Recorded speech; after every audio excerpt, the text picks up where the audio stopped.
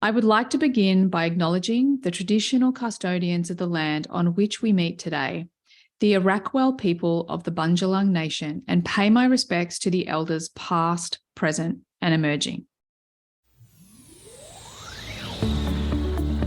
Hey everyone, and welcome to the Human Design Podcast with me, your host, Emma Dunwoody. I'm a qualified master coach and human behaviour specialist, as well as being a qualified human design coach. And I work with clients every single day to answer the big questions. Who am I? Why am I here? And what is my purpose? I also assist them to transition from the person they think they should be to the person they really are on the inside. I teach people how to actually live their design instead of just knowing it. And if this is something that you want to do too, well, stay tuned or reach out for private coaching or Human Design Unpacks, where I show you exactly how to live your design. Before we get into today's episode, I want to share something really amazing with you. And it's actually one of our new Millions of Millionaires sponsors. So, to introduce this body graph chart software that we've been using that's been mind-blowing. So I want to welcome the amazing Taylor Dyson, who is my incredible operations manager. Welcome along, Taylor. Hi, thanks for having me. I'm so excited to have you here. This is actually something that we implemented when? April. Yeah. And this year. We were just trialing it out because they'd reached out to us in regards to sponsoring the podcast or something like that, wasn't it? And so it kind of wasn't even on our radar, and we tried it out and we had such low expectations. And then what happened? Well, I remember sending you a message going, Emma, why are we not using this? Because I was mind blown. You know, we get a lot of requests for stuff like that. And, you know, there's new softwares all the time. And I clicked on it, like you said, with very low expectations. And I started looking through what they can do. And I got so excited. You know, the MG in me was like, oh my God, we have to use this. And I saw the potential of it. And it has delivered more than expected. It's really awesome. Amazing. Now, before we get into the actual numbers, because I know numbers with Taylor is a thing in our business. She loves to share all the numbers. Let's just tell the listeners exactly who it's for and what it is. Yeah, so it's a great tool for anyone who uses human design in their business. So if you're a human design reader, a human design coach, or just someone who uses human design in your business, if you incorporate it into whatever you do, it's a way for you to embed an actual human design chart tool into your website. So, you know, if you want someone to get their human design chart, you probably send them to an outside platform somewhere, go to this website, put in your details and get your chart, whatever that platform might be. There's a couple big ones. And what's cool about this is that it allows you to put that tool on your own website and it's yours. So when someone comes and, puts their information into your website, they get their chart, and then you can hook it up to your email list, to your newsletter. You can have it linked to your own content. You can customize the reports afterwards that they get, so it's your own descriptions of what, this type is or this profile. So that's kind of what it is. Oh my God, I love it. And it's so cool because I actually remember when Jenna Zoe, because it must be the same software that Jenna Zoe used and before anyone else. Yeah, right. And I was always like, wow, her chart looks so beautiful and it's on her website. That's so cool.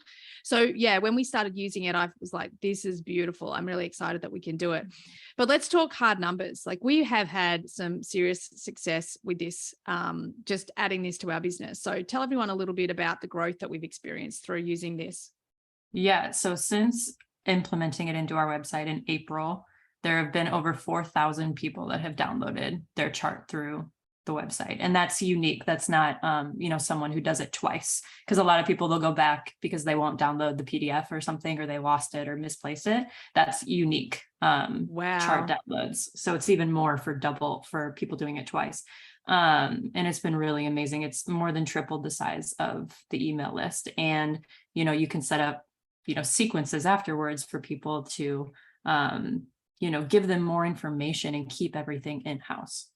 Yeah. And because one of the really big things for us is obviously human design made simple. So it gives us the opportunity to give our way of teaching human design directly to the people who want it. And I love that. I love that every single person that wants to get their chart, that downloads it, we can then support them on their journey straight away, which is, of course, what you set up, because you're amazing, to make sure that not only do they get their chart, but they also get this support, free content support that helps them as they're, new to human design and on their journey. So beautiful. So how do people access this? What's it called? And I know that there's a benefit for listeners of the podcast. Yes. So you can go to the link in the show notes, or you can go to bodygraphchart.com. And they have been kind enough to give the listeners of the Human Design Podcast a 50% off discount for 12 months, which is huge because it's already inexpensive to begin with. And then the 50% discount is going to put it at $25 a month. That's in US dollars. So wherever you are in the world, it'll be, a little bit different, but 50% off for 12 months. And the code is Human Design Podcast. And we'll put that in the show notes too for everyone. And one of the other things I want to say that's really cool about this chart tool is that it's 100% customizable, and it actually gives Chiron and the 4 arrows, which is what a lot of chart tools don't do that. So that's one thing that a lot of people are drawn to when they go to get our chart from our website is, oh, I can get the arrows because of it, or my Chiron gates. I love that. It's so cool. So check out the show notes, people. Get on it, because really it is such a powerful and, as Taylor says, inexpensive tool. Like, it paid for itself in the first 2 days, I seem to remember, or first day, I seem to remember. So it's so valuable, and it gives you the opportunity to really build your brand and your communication with your clients. So thank you. Go check it out. Hey, everybody. Before we jump into the Transits episode for March, I have an important message from my favorite sponsor and friend and tarot reader, the amazing Liz Zamorski. Liz, what's going on for March? Okay, so you know how in February we were purging all of this toxicity, and we've all been going through it. And I just hope everyone's made it through to the other side of that, feeling brighter, shinier, a little bit more relaxed, being able to feel at ease in your space. Because what we were making room for all of February is for a whole lot of goodness to come through in March. And the cards that came out were the Queen of Pentacles, resourced, feeling so in your feminine power. Ace of Pentacles, the hand of Source or the universe, literally coming in and saying, hey, I have a brand new seed for you to plant, and it's just going to be so lush, and it's going to feel so appropriately amazing for your life and your situation and your wants and your goals. Do you want to take it? It's not going to be without challenge over the long term, because we're going to have to learn some things as we ascend into that place of being with ourselves, but it's going to be worth it. And it's like the universe is saying, I pinky promise. So there's going to be some stuff underneath, some old inner child stuff. And when I say inner child, I mean basically anything that came into your psyche from right now and then backward.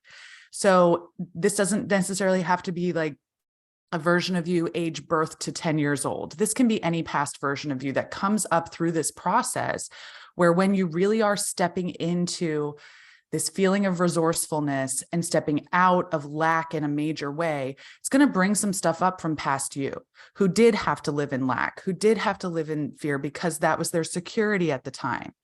However, we're moving past that. So if it feels like there's some more healing that's coming up, just let it pass through you. Let yourself be in the experience of what healing yourself looks and feels like. And we just don't have to make it more complicated than that.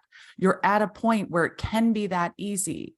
And March is saying all of this energy is coming in to support that truth if you want it. So you've got some decisions to make this month, but it just feels like it's all roads lead to abundance.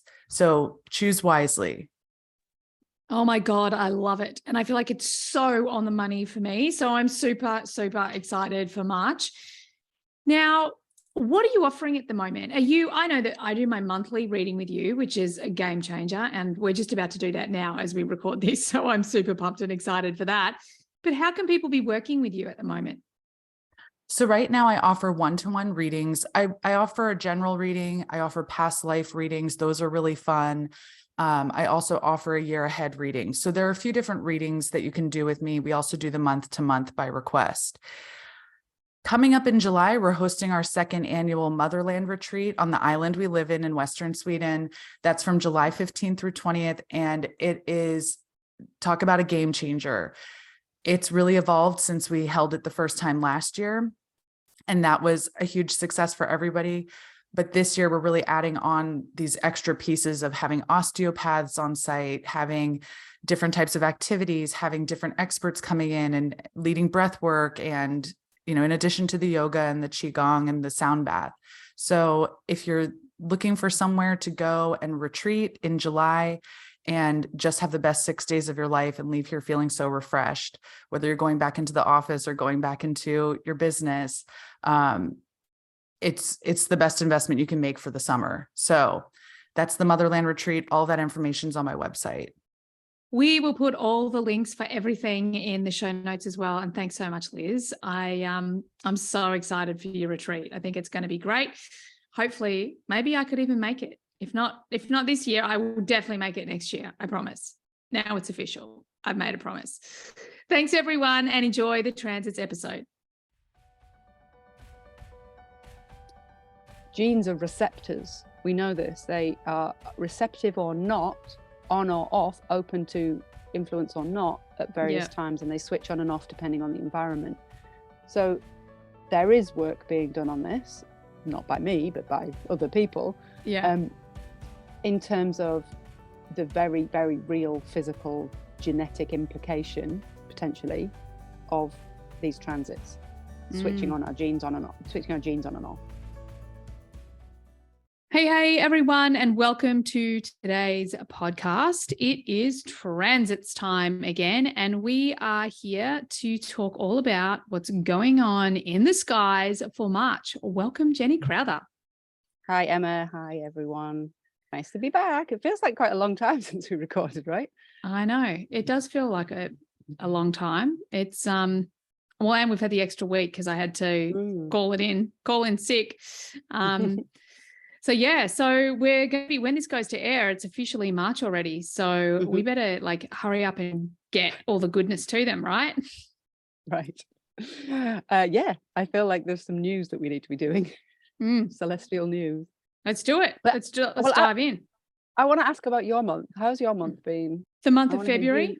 Your February review, yeah. What's your take on it?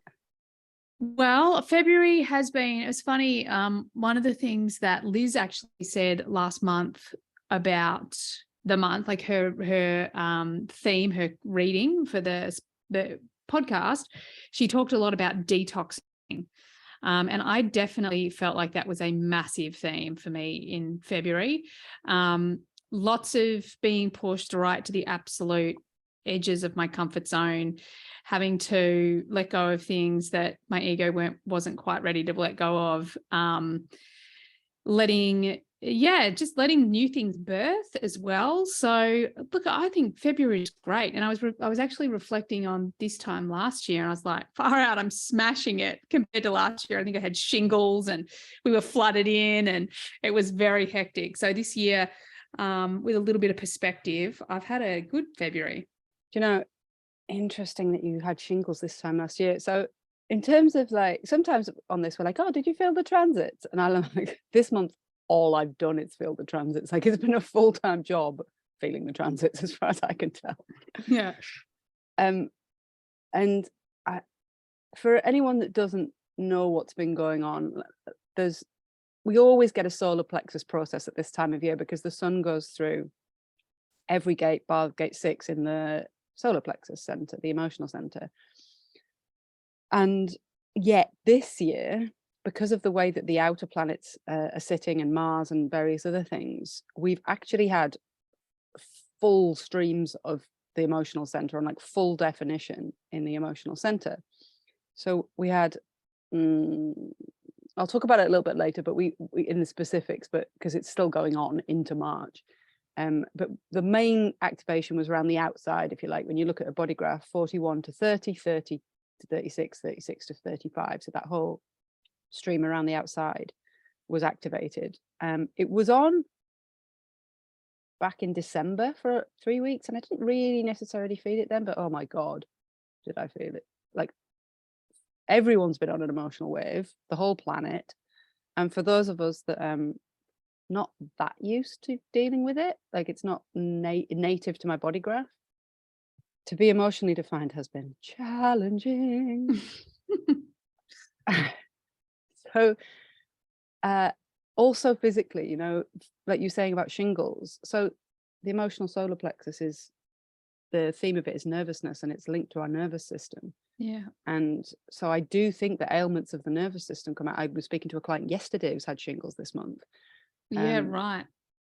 And I've had, I mean, I don't know if it was COVID, it wasn't testing positive, but I've been very, very ill, like with kind of respiratory stuff sitting on my lungs. It feels like all the nerves around my heart have been cheese grated every morning when I wake up.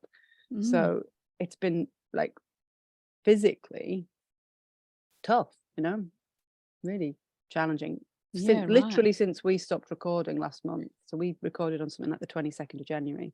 Yeah. And it all kicked off within about 3 days of that.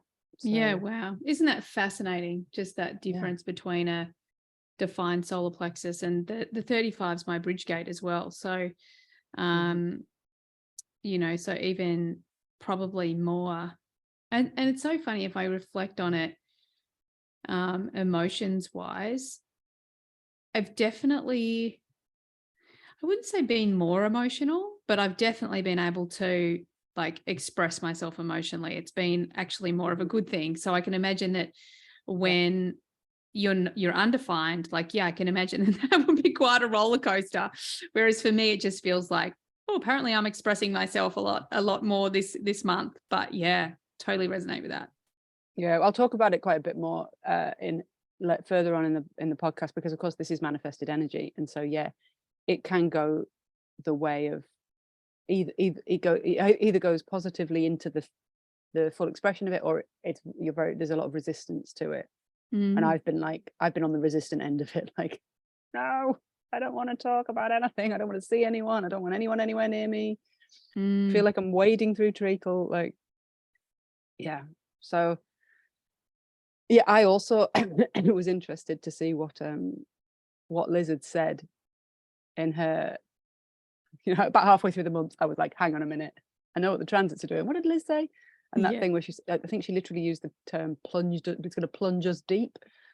And it did. I felt pretty deep. And I had my my retreat at the end of January, and I got ill on the first day of my retreat, and had to teach 7 to 8 hours a day, really unwell. I lost my voice 2 days in. I had to whisper for 2 days to teach.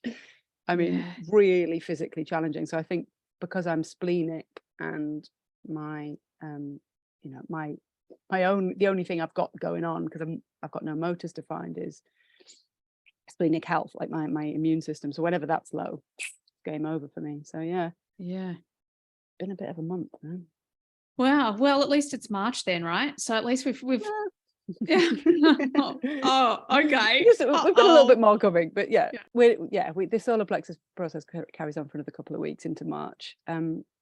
But for anyone else who's listening who has also been going through it, i.e. they've been on the more challenging physical or emotional end of these transits, I was listening to Martin Grassinger speak, who's been in human design for a very long time, and he was talking about how, and I think he was a naturopath, classical homeopath, naturopath, something like that, when he came to human design. So he's very, very invested in how human design specifically is just the body and just the nervous system, and like he's less interested in the esoteric interpretations of it. He's just like, it's physical, it's a physical map. And he was talking about how illness and physical challenge are the biggest opportunities for quantum leaps in consciousness that we have as humans. So whenever I'm ill like this, even if I find it challenging, there's a part of me that's aware that I call it like an upgrade, like my system's being defragged, I'm being upgraded. So whether if you've been physically challenged or emotion challenged, you know, I do think that if we're if Ra's prophecy about 2027 and the changes in the emotional solar plexus and all of that has any validity, then it would make sense that in the years leading up to that date, there would be a lot of activity in the nervous system collectively. Yeah. Well, we're seeing it also with with every new generation born, their ability to heal is so much faster, whether it's the physical body or it's the emotional body, or it's even their spiritual connection is significantly more, what's the word, like sturdy than each generation before. So yeah, I feel like that rings really true on a lot of levels, that things are really, and also my own personal experience, like all of my mental and physical healing journeys are all also defining moments or defining years for me that really transformed my entire identity. So yeah, I definitely resonate with that. Yeah. I think we will have, like always, 2020 vision with hindsight when we look back in 5 years, a decade, whatever, be like, oh yeah, I remember that. I remember what we went through to get where we are. Yeah. Just another kind of side note on observing the transits, because I've been doing a lot of research on how the transits affect, like, it's physical events, according to human design, the transits are basically the program, as Ra called it, which is the movement of the planets through the gates of the I Ching, is everything. Yeah. And there was an earthquake. I don't know if it hit the news in Australia, but there was a really terrible earthquake in Turkey and Syria on February the 6th. And me being me, I just went and had a little look at the transits to see what had happened at the time of the earthquake. And it was literally sandwiched right in between, like within a few hours of Mars changing gate from 16 to 35 and the nodal shift from 44-24 into 28-27. So quite big kind of transit movements in the sky. Now, obviously, I'm not necessarily correlating the two, but it was interesting for me that there was big shifts in Mars and the nodes. I had a look at the line numbers. So 28.6 and 35.1. If you read the Ravi Ching, both of them have the themes of destruction or self-destruction in them.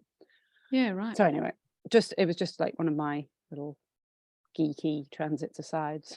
Yeah, I love it. But you're absolutely right. It's well, everything is that piece. Like I could never used to be able to understand what a fractal was. It took me a while to really get it. And then, it's things like this, like what I now understand it to be is it's just like you say, like it's happening externally. So it's happening at this global level, and everything that's happening at a global level is happening at our deeper inner level. And everything that's happening in our deep inner level is happening at this greater global level. So I think when we see those things, it's kind of like that reminder that we live in a quantum reality, 100% all connected, and everything that we're experiencing, we're all experiencing. It's just what we bring to it, like the meaning we bring to it, or the whatever we bring to it that makes it our realities different from one another. And maybe there's not. I'm not even going there. I was going to say maybe there's not even more than one reality. Maybe there's just one person living this life, and maybe it's me, and maybe you're not really there, and maybe this is all just a dream. And okay, let's not go there. I feel the same. It makes you feel any better. I love it. I have definitely moments where I slip into the soup of it all, and again, I'm going to talk about that as well. Actually, the appearance of time, or in its linearity or not. So yeah, we'll get onto that. Let's do it. Before I jump into March, I was thinking about how many new listeners you've probably got on this podcast, and since the very beginning when we talked about what is a transit, and I had a couple of people, friends of mine, listen to the podcast and then kind of feedback to me. I feel like I can't necessarily access it because I don't, I'm kind of into human design, but I don't really know what I'm talking about. So I'm just going to do a little bit of definition around transits. Like, what is a transit? Why might we feel them? This kind of thing. Yeah. Okay. Transit is, by my definition, although I think a fairly collective definition, the movement of a planet or other celestial body, because we do talk about the nodes, which are points in space. So the movement of a planet or other celestial body through a particular place in the ecliptic. So the ecliptic is basically how astrology works, and astronomy to a degree, because they weren't separate in the beginning, which is a 360 degree, so a full circle projection of the night sky that extends outwards from the Earth's surface as we look at it. So for anyone who's seen the Truman Show, where he's in this massive dome with a sky, that's kind of what the celestial sphere looks like. Like, imagine it's not 3D, but it's like a projection.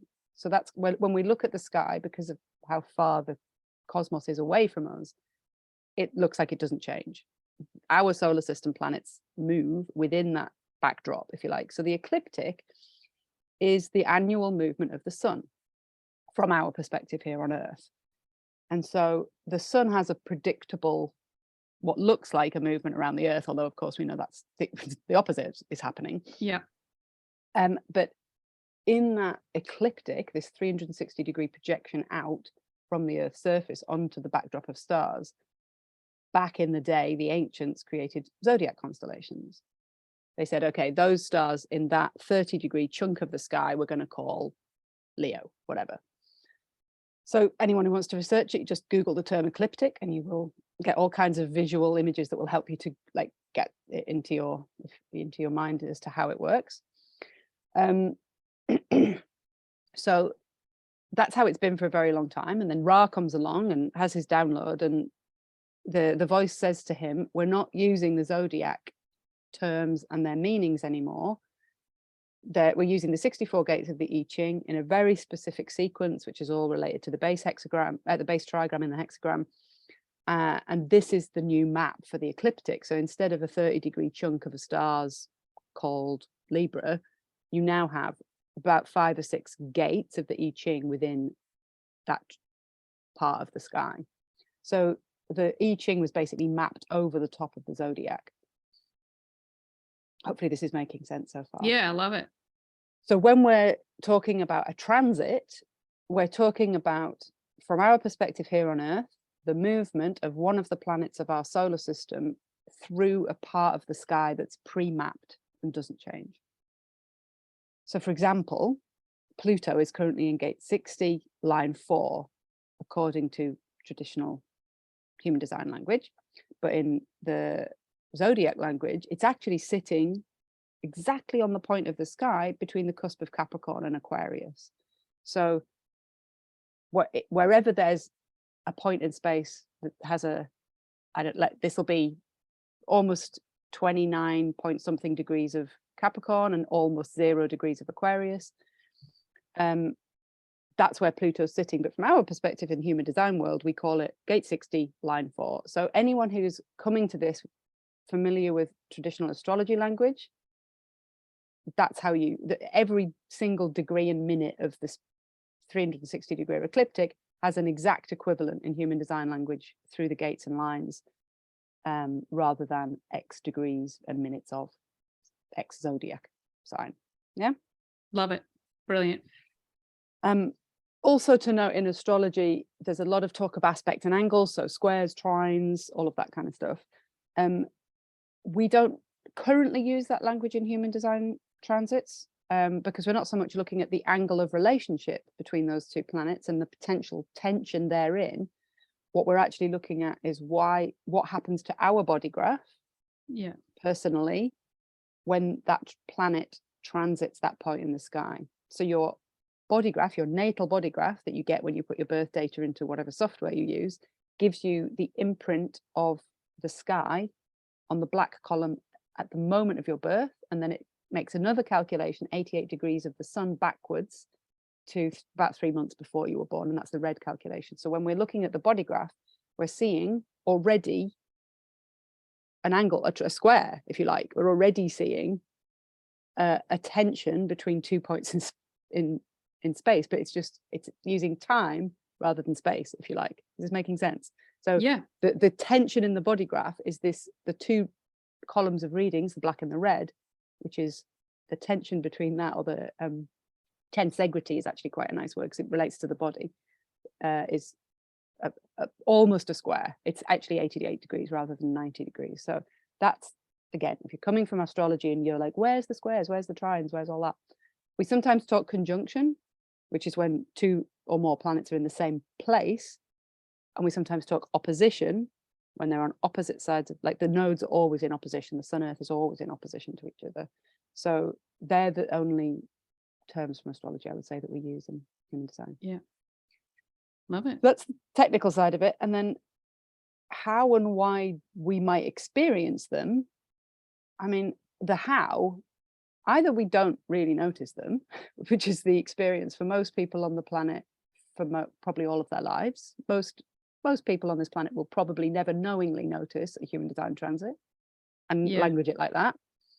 And then, as Emma and I were kind of saying about the emotional activity that's been going on in the last month, we either experience them to like one end of the spectrum or to the other end of the spectrum. So there can be like what we would call I guess, positive experience of it, or like a negative experience, which, depends on your attitude / perspective. But whenever there's a theme of a gate or a channel, it covers the whole spectrum of that theme. Yeah. From the really strongly yes or really strongly no. Yeah. In terms of why we might an analogy, I've been thinking about an analogy to explain how and why we may or may not experience them. And I was thinking of, I had a virus, so I was thinking about viruses. For example, there are always viruses pootling about in our environment, but we don't always get them. And we don't notice some of them. There are many factors involved with whether you fall ill with them or not. Maybe it doesn't even get in your body, gets caught in your nose hairs, for example. Maybe it does get in, but your immune system deals with it really quickly, or maybe it gets in and you get sick. So we don't get sick with every single virus in the world, but it doesn't mean they're not there. And it's the same with transits. Like, maybe they don't activate in our body graph in a way that's significant for us, or maybe we're not receptive to it at that time. Yeah. And like I said, I've been listening to Martin Grassinger and thinking about the genetic expression. Like, human design is said to be mapping the genome through this, the 64 gates of the I Ching and the 6 lines of the hexagram correlate exactly to the 64 codons of the genetic code and the 6 amino acids. So genes are receptors. We know this. They are receptive or not, on or off, open to influence or not at various times, and they switch on and off depending on the environment. So there is work being done on this, not by me, but by other people, in terms of the very, very real physical genetic implication, potentially, of these transits, switching on our genes on and off, switching our genes on and off. Yeah, that'd be fascinating. Yeah, I'm sure that work, I'm sure it's being done. I don't know who's going to publish it, but yeah, I think there's something else that's going on in the transits that makes me think that we might, in the next 5 years or so, almost be ready for this kind of information to come through. Yeah. So it's all about receptivity, is what I'm saying. We don't know exactly why some people get viruses and get sick with them, and some don't. They're basically, part of them is receptive or not. And it's the same with transits. Somebody next to you can be experiencing a transit really, really strongly and be all over the place, and you might be totally fine. And we don't know. There's myriad factors as to why you are or are not receptive to that energy. So if a planet transiting a gate, you might feel it or you might not. Yeah. Long and short of it. Absolutely. And I think that that's also, again, just so that we can make it kind of resourceful for everybody. Everyone's going to feel it differently, like, especially our definition is also going to influence how we feel it. So if we're defined in a particular gate, and maybe we have a channel and it's an energy that's switched on all the time, and the transit comes through, we're probably not going to feel it because we're just used to it being there all the time. Mm-hmm. Again, if it's a hanging gate and an undefined center, then we just might feel that an energy that sort of switches on and off for us is on. It might be something as simple as that, if that's connected through a transit. And it might be if you've got an undefined center and no gate activated and it comes through the transits, then you feel it. But then there's other things like even your bridge gates. So you might feel that you're like overall your energy's flowing better. But yeah, I think the biggest thing is just to experiment. I love, this is so cool. I love this description, and just to experiment, to always discover what feels true for you. Because I know for me, there's times where I'm like, oh my God, what's going on? But it's not often for me. But then I also have a belief system, because I actually think our beliefs really affect how we experience they can affect how we experience the transits as well. Because I also have 2 of the deafness gates as well. So I'm not easily influenced by external things anyway. And I have belief systems that I don't want to be unconsciously affected by things that I've created over the years. So I just want everyone to know that experiment, we want to find a resourceful way, because ultimately we want to be able to use or work with these energies so that we can grow, evolve, serve, heal, succeed, improve relationships, like all the good stuff. But don't worry if you don't feel it, and don't worry if you do feel it. It's like, it's all perfect just the way it is. And as Jen and I have discussed at length, I love to do this in review. I much prefer to look at transits in review.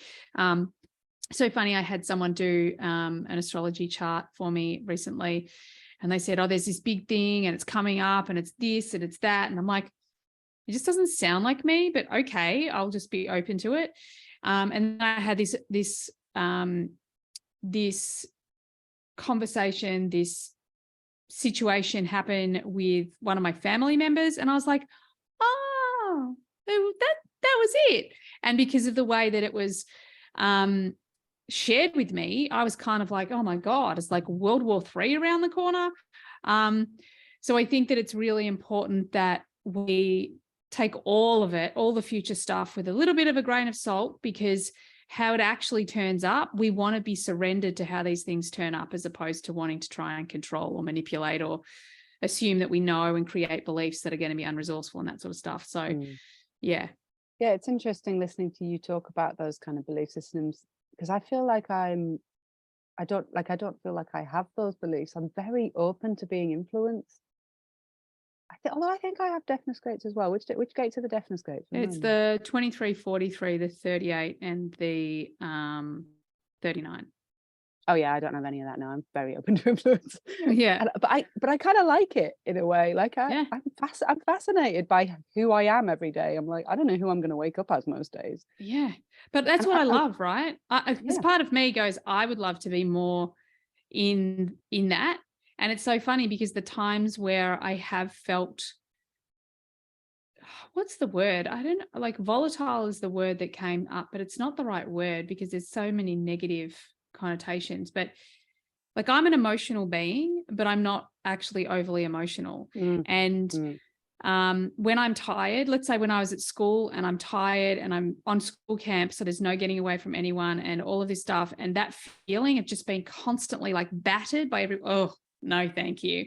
So, I mean, maybe that is something that I've created over time.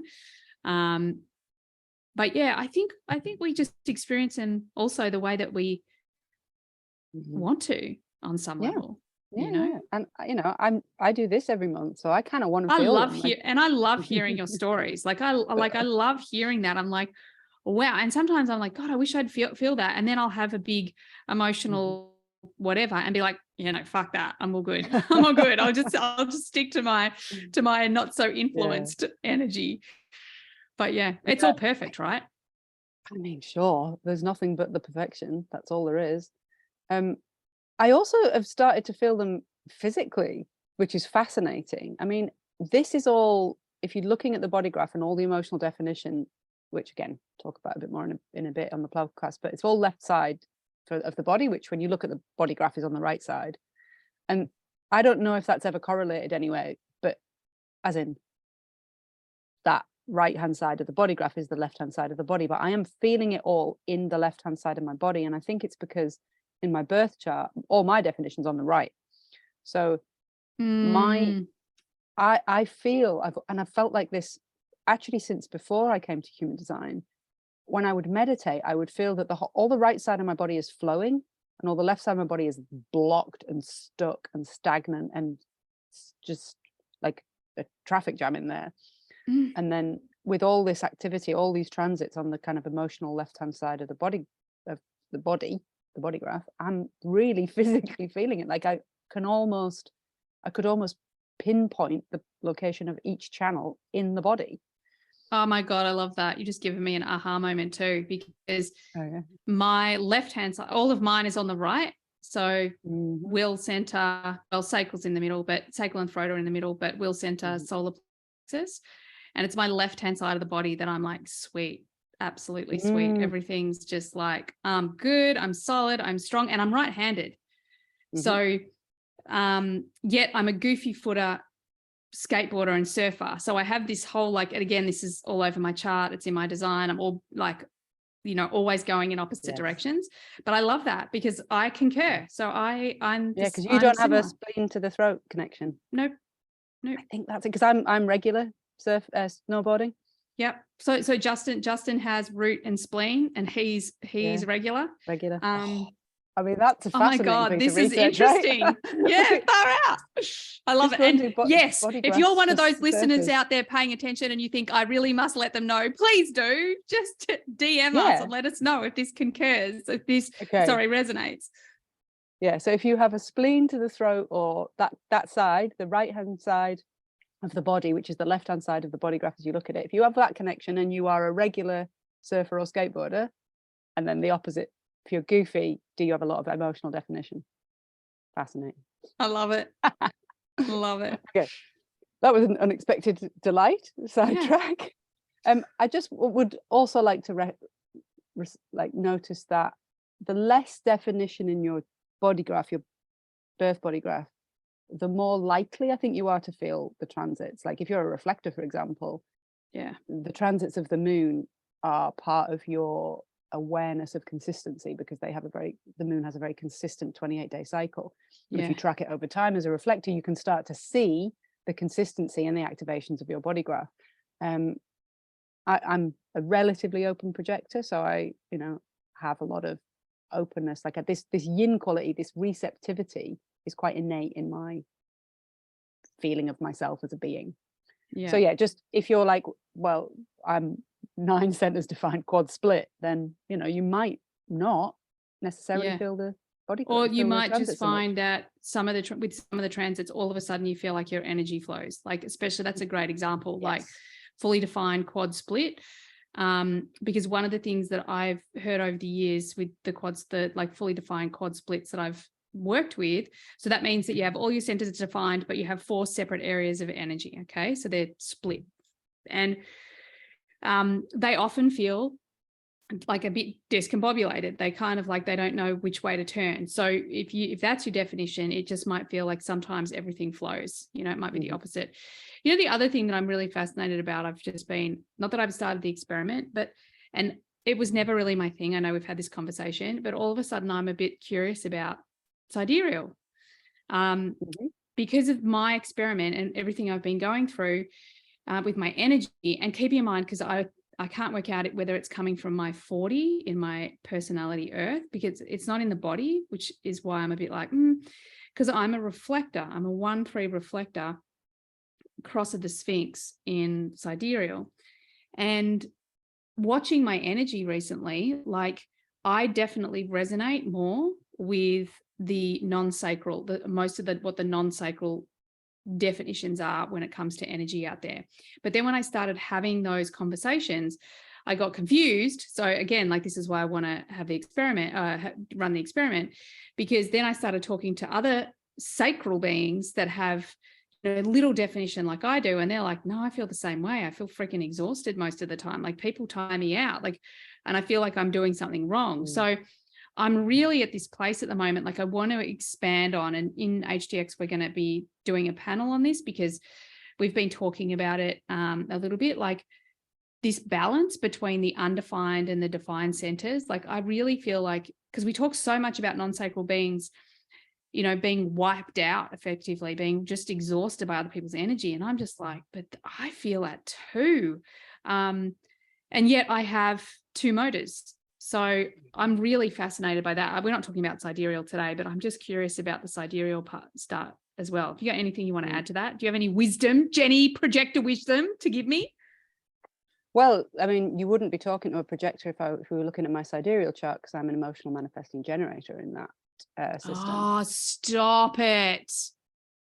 See, that fascinates me, because you have such a journey with the solar plexus. Do you know what I mean? Like, that fascinates me. It's like me. I really am obsessed with reflectors, like really understanding them, like trying to get them. So I just wonder if there is something. And having said that, I'm still an emotional MG. I'm not saying that I'm not an emotional MG, just like you're not an emotional MG, but there's definitely a correlation there. You can't say that there's not a correlation. I had a conversation when Genetic Matrix added a button and the whole human design community freaked out, whatever, 2 years ago, whenever it was. I did a little bit of exploration. We obviously talked about it at the time, and I had the kind of fortune to have a conversation with a sidereal astrologer at the time, a Vedic astrologer, and who was also into human design. And I asked her about it. I also asked Manesh's wife, Victoria, about it. So Manesh is the guy who does the Sphinx Code. You've talked about that on this podcast before. When I was with them in September a couple of years ago, I'd asked them about it because they're, I mean, unbelievably clairvoyant and very, very, I mean, having a conversation with either of them is like stepping into another world.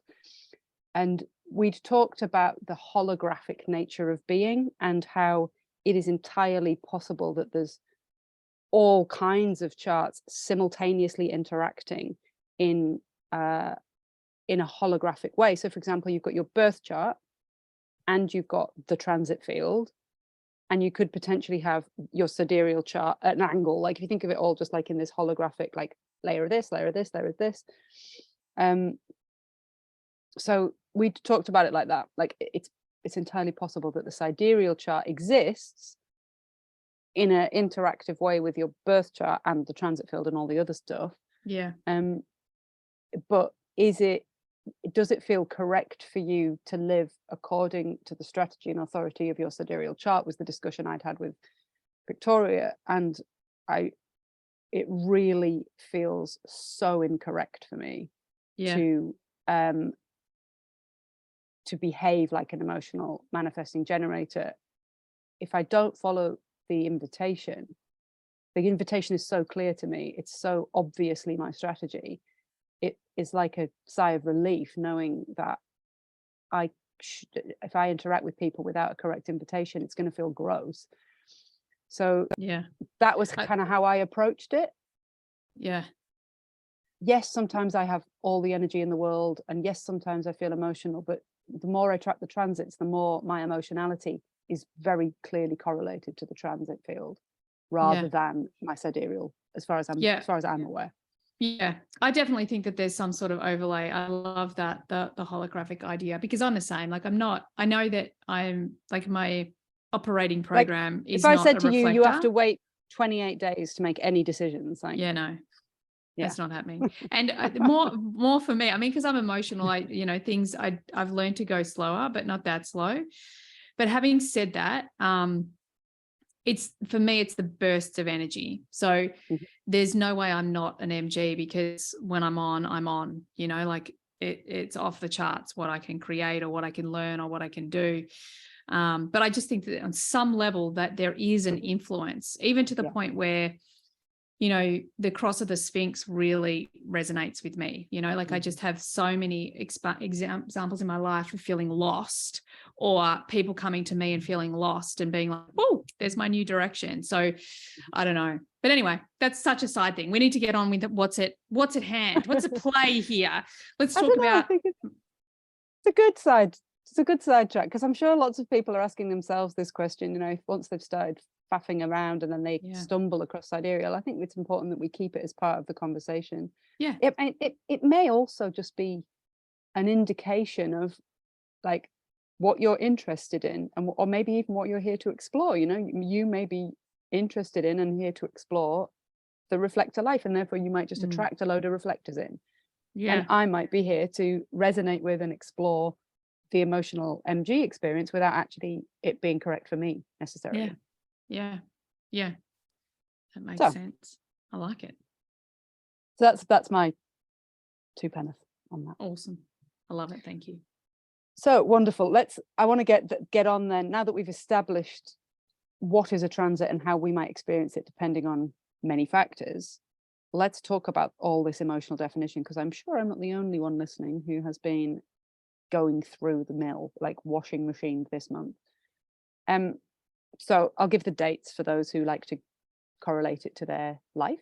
I also mentioned this in the last episode. From the 6th to the 26th of February, we had Mars in gate 35, which is then making a channel with Neptune, which has been sitting in gate 36 for a long time now, a year and a half maybe. We also have Saturn sitting in gate 30, and then for a brief period between the 13th and the 16th, so just over Valentine's Day, we had Mercury in gate 41. So that's the whole stream, the experiential way from the root through the solar plexus to the throat. And it's a collective abstract channel. It's part of the collective abstract circuitry. It's connecting the root to solar plexus channel of recognition of feelings, and then the solar plexus and throat to the channel of transitoriness. The human experiential way, like the function of this in being a human, is it prompts us to expand, basically, to have a new experience, to fantasize about something new. It's built on desire, you know. It's like, oh my God, I just can't not do this thing. It's wanting to have lived a life that's full and exciting and rich and deep and emotional and wild, and because it's collective, it kind of wants to take people along for the ride with you. And also we've got the South Node over in gate 28, which is all about playing the game of life, living a life that's meaningful. So this theme, this root pressure of I need to do something different, I need to have a different experience, that something needs to change, I need to change, all that kind of stuff has been the theme. So my experience of this was actually very strongly in the or not. I think maybe because I was also struggling with my health, but I did not want anything to change. I did not want any transitoriness. I didn't want to go anywhere. I didn't want to do anything. I didn't want to have any adventures. I didn't even want to think about adventures. Every time I mean, usually this time of the year, February, March, is when I'm planning my time in Europe, planning my travels, planning my transitoriness. And I was so not in the mood. I was like, I can't think about it. I don't want to think about it. Please, nothing ever change.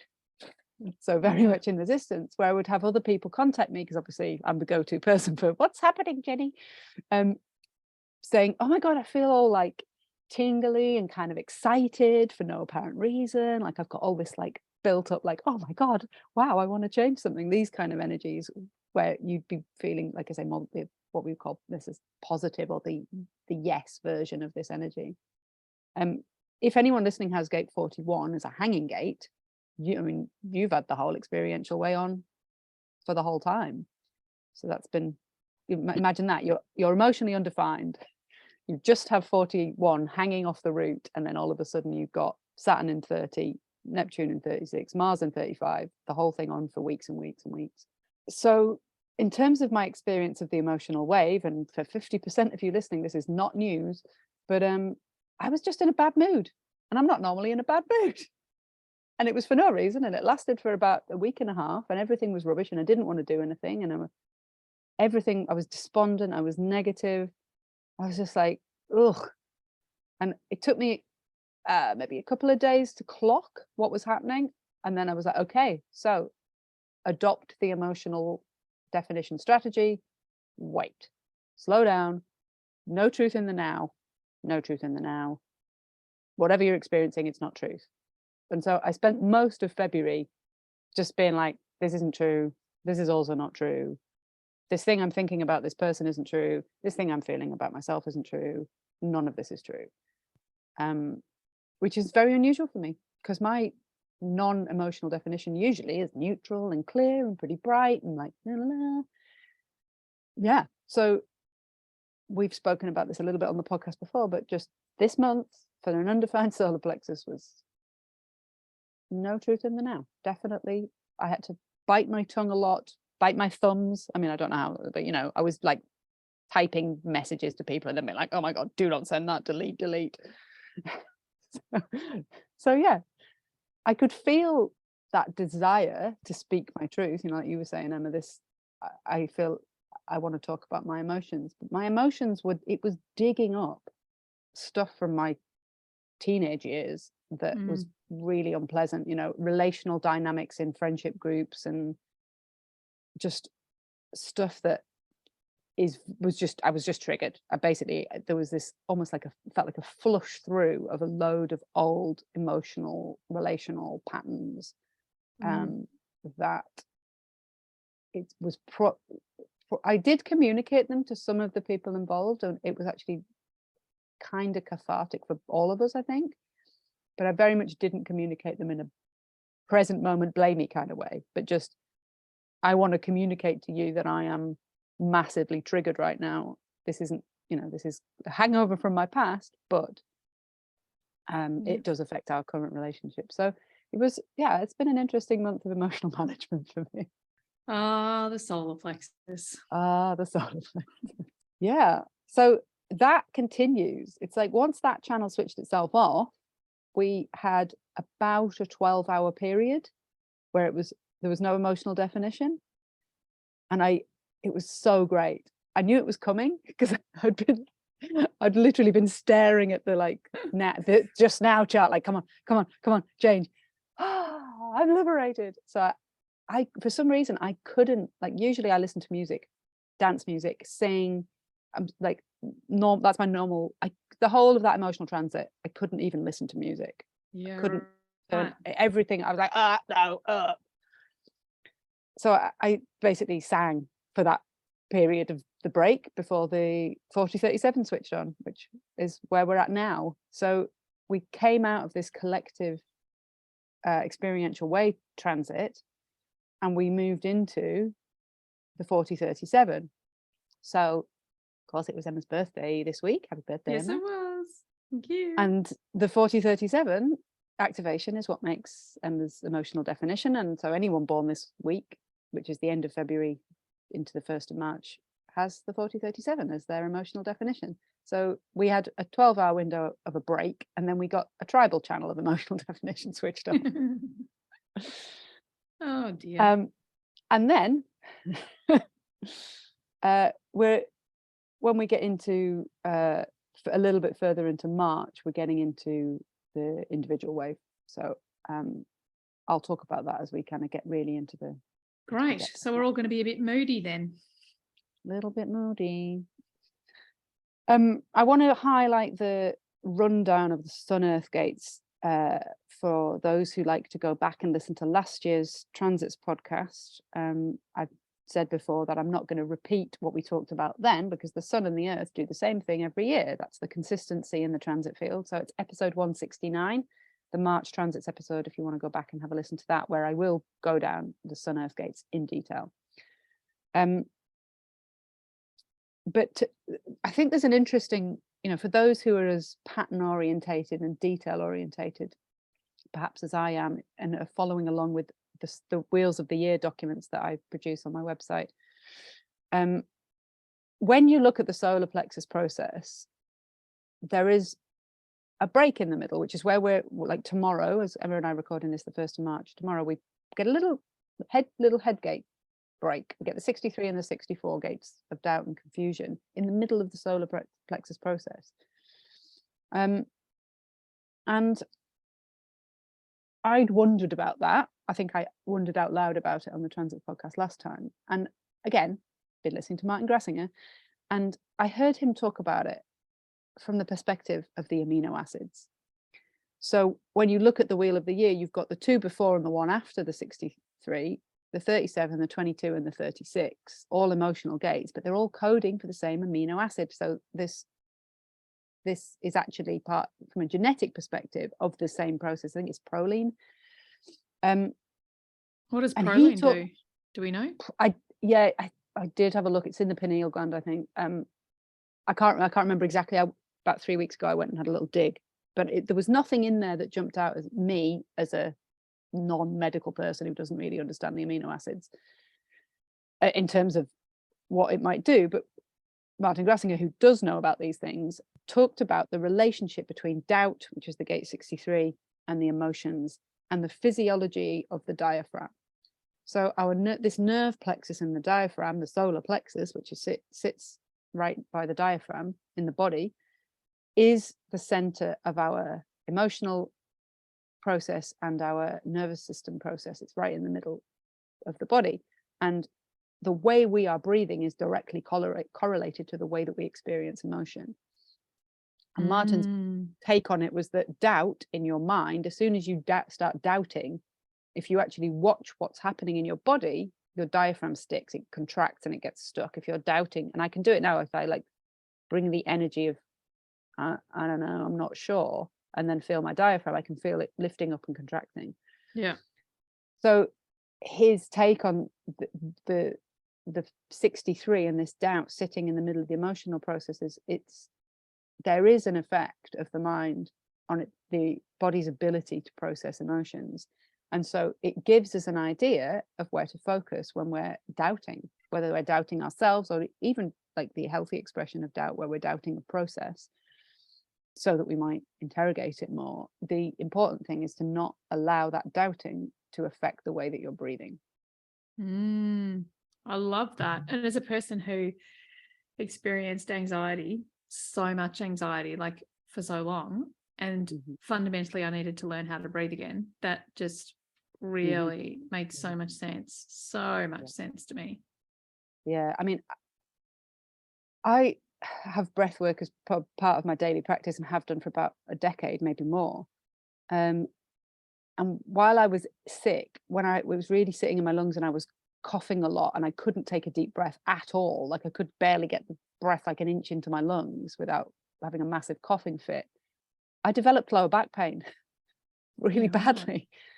And it's because I couldn't move my diaphragm properly and I couldn't breathe properly. And my dad has had chronic back pain his entire life and he can't breathe at all, and there's such a direct correlation. I mean, obviously he doesn't listen to me or take any advice from me whatsoever, because that's the nature of the 5-1 in close relationships. There is no influence. But so I have to just watch him be in pain, and I could be like, if you did some deep breathing exercises, that'd probably improve anyway. But yeah, it was amazing to me in my own body. I was like, oh yeah, 2 days of not taking a deep breath and I have like really pronounced low back pain. Yeah, wow, that's fascinating. Because I remember I couldn't even, I couldn't understand belly breathing when I first started 20 years ago. Like couldn't, like, what do you mean? How do you get and now I think sometimes I just catch myself breathing just regularly and I'm like, wow, like all of that meditating and breathing did pay off. Like I can breathe. It's fundamental.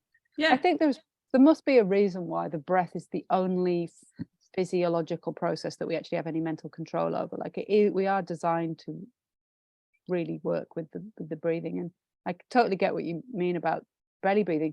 I think it was just, for me, it's just subconscious. Like I wanted to have a flat stomach, and if you belly breathe, your belly sticks out forward. So like just for sheer vanity's sake, I was basically crippling my body's physiological functions. Yeah, right. Yeah, mine was just that anxiety. Like just couldn't take deep breaths at all. So the movement, like I say, this emotional movement, while we're talking about this whole process with how we experience emotional physiologically, as we transition from tomorrow, which is the 2nd of March, we will be experiencing the middle bit, if you like. If you look at the emotional solar plexus on the right hand side of the body graph, you'll see the 4037, which connects the heart to the solar plexus as a tribal channel on the like inner ring, if you like, the inner circuit. We're then going to move into this middle section. So let me give you the dates for those who are interested. The 9th of March, Saturn will be moving out of gate 30 and into gate 55, which is next door basically. And then Mars will be moving into gate 12 for a couple of weeks. So for 6 days, March 9th through the 14th, the sun's going to be in gate 22, followed by Mercury. So if you look at the body graph, you can see we've got Mars in 12, the Sun and then Mercury in 22 and Saturn sitting in 55. So this is channel of openness, which is the 1222, which is again a manifested emotional gate. So as Emma was saying about, I felt like I could express my emotions a bit better. It's another one of those channels that allows emotional expression to the throat. It's probably a bit different because the 12 is the gate of caution, social caution. So it will keep your mouth completely shut if you're in a bad mood, basically. Hopefully. Hopefully. Well, it does. I mean, I have gate 12 hanging, and whenever I'm in that, it's usually hormonal for me when I used to get premenstrual kind of rage. I physically couldn't open my mouth. I would just like nod and shake my head and try and communicate with my eyes like a doll or something, like, because it wouldn't let me open my mouth because it was terrified of what would come out of it. Yeah. But with the 12, when the 22 active as well, like it might be a bit more difficult to keep the mouth shut. Yeah. Again, talking of hanging gates, if you have 39 hanging off the root, then you will get the full stream on. And also if you have 22 hanging in your birth chart, because of the length of the activation of Saturn and Mars, you'll get a longer experience of this. So it's a very different energy.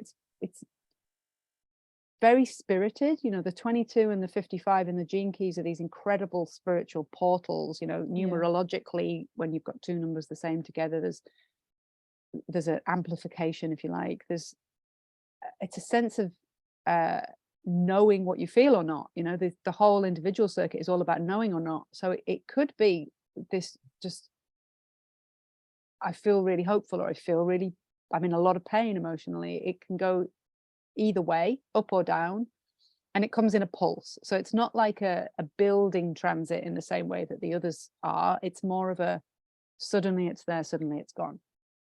I don't know. Oh my God, I know that I feel real deep emotional, like moodiness or melancholy. It's like the essence of the poet and the artist who channels their pain into their art. It's that kind of romantic but quite tortured energy at the low expression, and on the higher expression, in this hopeful energy, it's bright and positive and uplifting and inspirational. It's an amazing channel for me. I love it too. I love it. It's often talked about in terms of the glass of like half empty, half full, that classic kind of, because it's hope to pain, in the mood, not in the mood, this kind of oscillation, what we tend to think of as classically being emotional or moody. And it can preoccupy itself with the contents of the cup, i.e., is my glass half full or is my glass half empty? Do I have everything that I could ever need, or do I feel like I'm woefully lacking? That kind of energy.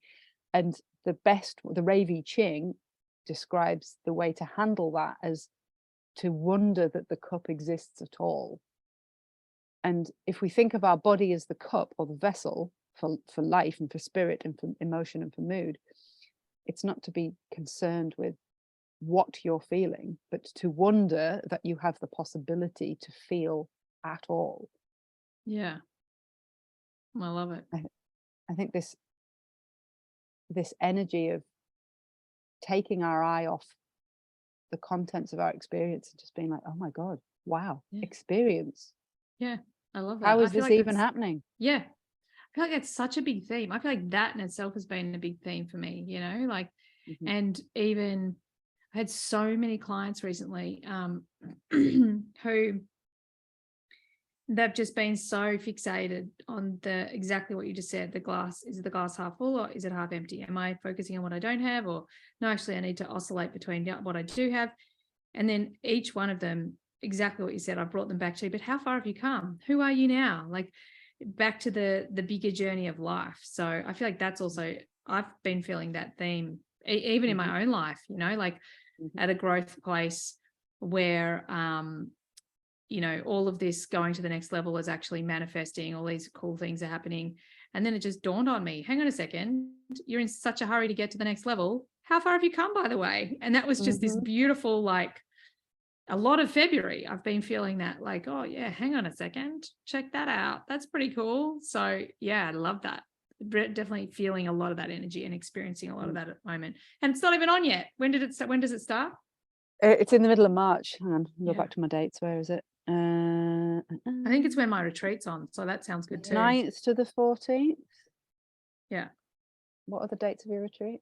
12th to the 15th. Yeah. So it's on. We still got spots. If anyone wants to join, it's going to be amazing. Don't doubt it.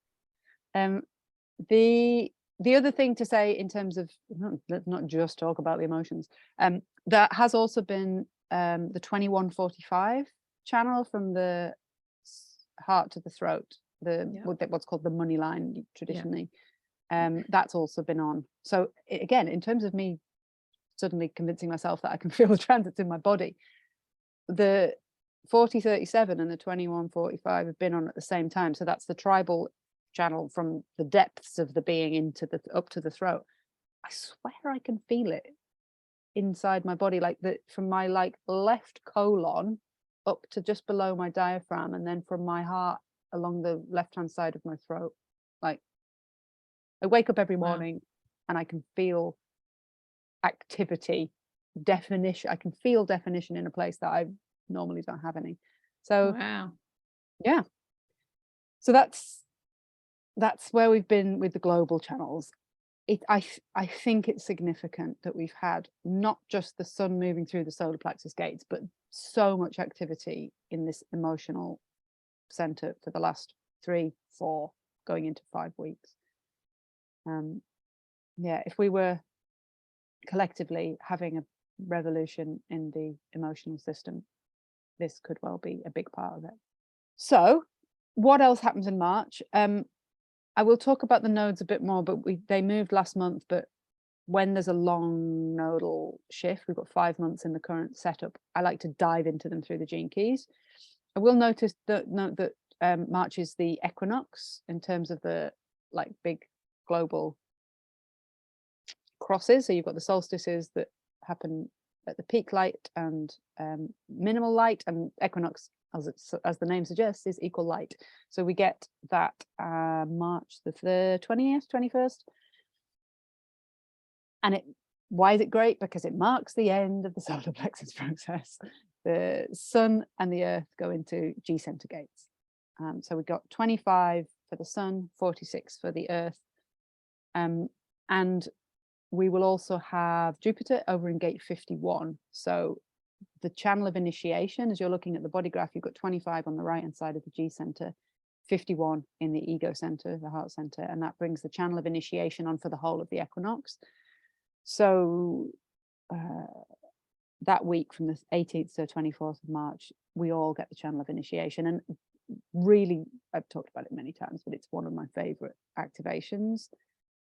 I just think there's something so brave and adventurous and spirited about this energy. You know, the gate of shock and competition connected to the gate of the love of universal love and innocence, and it's very kind of profound shamanic energy. So if anyone's thinking I might quite like to build a ritual into my March calendar, then around the equinox is a really great time to do some earth-centered work, if you like.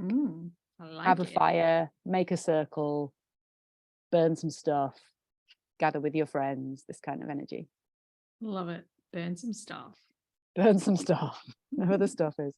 We quite often, when we have a fire almost every month for the new moon, and I quite often bring bunches of lavender or sage, herbs, or I bring junipers are really great. It goes off like firecrackers and it smells amazing. So yeah, it can be, and we use them in ritual ways. So we might bring rosemary and remember our lost loved ones, or we might bring something that's really fresh and invite new things in. So just using the plant kingdom in our rituals really helps to connect us to them. If anything in my garden is edible, as I walk through the garden, I ingest a little tiny bit of every edible plant so that I'm keeping that connection. So I think for me, the equinoxes particularly are really important earth connection, plant connection times. I love that. with the nodes, we talked about, we've moved into 28 and 27. We talked about 27, how important it is to care for others as an expression of having taken care of your own needs, if you're able. And then 28, the search for meaning and living a life that feels purposeful. So if we look at the Gene Keys perspective on the 28, we'll flip over to Richard Rudd's magic, because we're still in this kind of south node emphasis, if you like, tends to be an emphasis. Say you've got a 5-month transit of the nodes, like we have 2.5 months of the south node, 2.5 months of the north node, with the emphasis, in the same way that our lives have 42 years of a south node emphasis, 42 years of a north node emphasis, if we live an 84-year Uranian life cycle. It's basically describing a trajectory from here to there. So the 28 has been coming up a lot, I think, in my personal readings with people, in the background frequency of what is my purpose? What is the meaning? What am I doing? Am I living a life that has meaning for me personally? So the first quote about this is to put it in perspective, not to minimize it, but to put it in perspective. So Richard says, anyone who moves deeper into these teachings, meaning the Gene Keys, will tell us that wanting to know the purpose of life is just a phase. So that's not to belittle the search, but it's helpful to know that it's a phase, that yes, it's important for your development, but it's not the be all and end all. Like anyone who has kids, you watch them go through certain phases of development that you know are essential, but that might be challenging to watch. And I think for me, I feel like I had my phase on wanting to know the purpose of life. I searched deeply and have understood that purpose is right here, right now. There's no time perspective to it, if you like. It's not, I'm not going to find the purpose in the future. It's right here or it's nowhere. So if you're in this phase right now, trying to figure out the meaning of life, the purpose of life for you, so I think it's comforting to know that you're not going to be in this search forever. In Gene Keys language, in terms of the shadow, the gift, and the city, it's the shadow of purposelessness, which you can see can leave you quite despondent. The gift of totality and the city of immortality. So in the shadow state, there is this perceived desire or need to know what the purpose is. And of course, a deep fear that associates with that we don't have one, or that we're not currently living it, or we're afraid to take the risks that would help us feel like we were living according to our purpose. I'm going to quote from the Gene Keys book now. The human mind would have you believe that your life's purpose lies in the future rather than here and now. So you keep postponing your life until you meet all your fears face to face at the end. You must look deeply into your fears now in order to find your purpose, because your purpose actually lies within your fear. I love that. It's so true. So true. That's why I'm always banging on, like, that moment, that moment where we just fall flat on our face is like, that is a catalytic purpose moment. And it's not shiny, and it's not abundant, and it's not successful, but it is catalytic. I love that. So good. I mean, for the majority of the population of the planet, a lot of the billions of people on this planet have a clear purpose, and that's to survive, to find enough food to eat, So the people listening to this podcast are not in the ultimate purpose, which is to extend your life for as long as possible, but where everything is provided for us, we're not struggling to survive. And so that very deep kind of biological need to express that energy, if we're not in a survival struggle, it can get really agitated and really restless, because our current situation is comfortable. We've got everything we need, and so we pin that energy on something else, anything else, basically. Mm-hmm.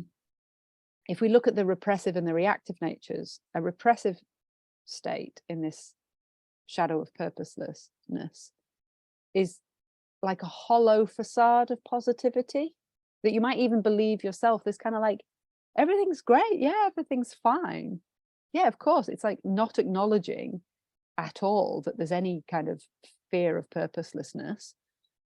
And you might very clearly believe yourself that everything is totally fine. So the mind can create this happy, jolly facade, and no one would ever know to look at you or to interact with you that you are afraid that your life has no purpose. That's the repressive nature. In the reactive side, it's a much more dynamic energy, of course. It's this constantly taking risks, like trying to avoid having to face and examine the deepest fear. It's the energy that looks like it's living this incredibly exuberant, risk-taking, on the edge kind of life. But the reason they're doing that is they're afraid to sit still and face the silence. Yeah. I love that. And I feel like there's such massive archetypes in our world, you know, the bad boy or the bad girl, like the rebel. And yeah, that I almost feel like a lot of the personal development world and even spiritual world are that like, yeah, I'm good, I'm fine, I'm wonderful. You know, it's those things, those archetypes. The love and light brigade. Yeah, exactly. The things we see all the time. Yeah. So to move into the gift, we have an understanding of what the shadow is and how it might be playing out. The gift is totality. And this is a delicate balance of living with this fear alongside you, but not in the driving seat, as Liz Gilbert would say. Yep. Is that her analogy? Liz Gilbert. Yep. Yeah. As in, yes, there's fear, but it's not making the decisions, like you say. It's not got its hands on the steering wheel. I also think it's not defining yourself as one small slice of human potential, but knowing and accepting all the sides of your potential self, like the angels and the demons of you, if you like, coexisting in total harmony. I think there's an energy in the totality of whatever the game of life throws your way, you accept it with this intuitive understanding that it's part of the purpose of your individual gameplay. Whatever it is that's here with you right now in your life must be part of your purpose, even if your mind can't perceive it like that. Yeah, I love it. I would say that there's nothing you can experience that is not part of your purpose. Yeah, totally agree.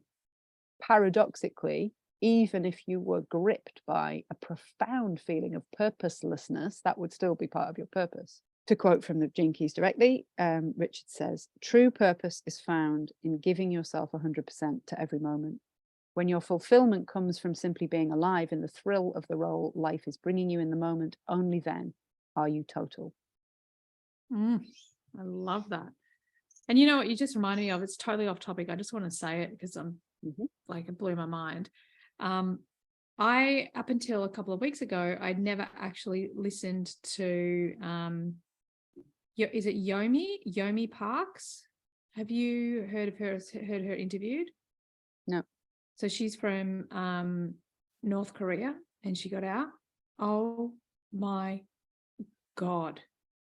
The stories that she tells, like, oh my God, like we are so, the atrocities, like basically, and I don't want to go into it. I'd love to get her on the podcast. She's an incredibly courageous human. Do you know that if you speak out in North Korea, if you speak out against the government, they assassinate, sorry, the word she uses over and over again, like I would use the word, love that, execute, like they execute up to 35 generations of your family.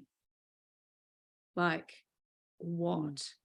And just like hearing her story and how they literally just have to survive. They keep them hungry. They don't give them food. They don't give them medicine. They don't own anything.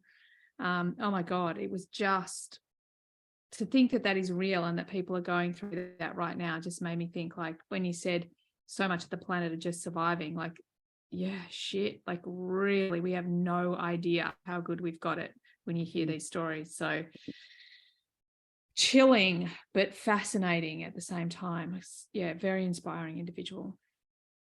Yeah, I mean, it's a fascinating, like what you said very early on in this recording about inside out, outside in, you know, about the external world reflecting the inner parts of us and vice versa. And when you look at some of the realities of people's lived experiences, you know, the scope of human experience to go from extreme privilege to extreme challenge and difficulty and do you know they don't even cruelty have a word? Like, they are so manipulated, they don't have a word for I, because they don't own their body, they don't own their mind, they don't own their spirit, they own nothing. So there's not even a word for I. They say we everything. It is like, I don't even have words. It was, I listened to her on the Joe Rogan, I think it was from 2 years ago. And then I listened to one more recently. So she's, 2 years on, a lot more media savvy.